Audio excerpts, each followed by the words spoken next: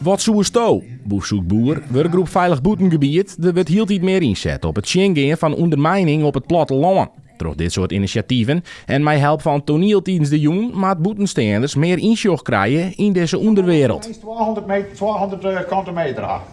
En ze betalen €1200 de kantometer, zei je.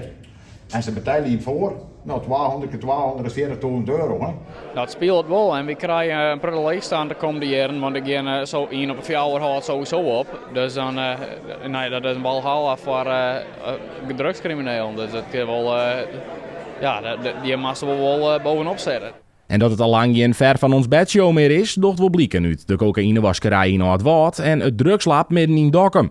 Burgemeester Haga van Dantumediel zocht daarnaast ook nog een oorgroot probleem. Uit het onderzoek in alle Friese gemeenten, los van Ljouwerton, die doet net mooi, maar van alle andere gemeenten scoort Dantumediel het heegst als het gaat om aantal drugsregistraties, dus drugshandel. Van heel Noord-Nederland, Dantumediel scoort het allerheegst. Dus als dat die cijfers bijna waarop telt, dan wist dat criminaliteit, zeker die drugscriminaliteit, hier echt een soort vak komt. De drillende oproep van de politie wie dan ook, meld het alsjeblieft, want als wij het net jaren, dan weten wij het ook net. De bewoners van het platteland ben in elk geval na de bijeenkomst in de Nijenwarf weer meer wacht. Ik ga altijd uit van de goedheid van de meesten denk, ach, het zal wel wat afvallen. Ja, maar ja, je weet het net, want als je dan de verhalen van de experts jaren, gebeurt het toch veel vaker en meer dan we zelf weten.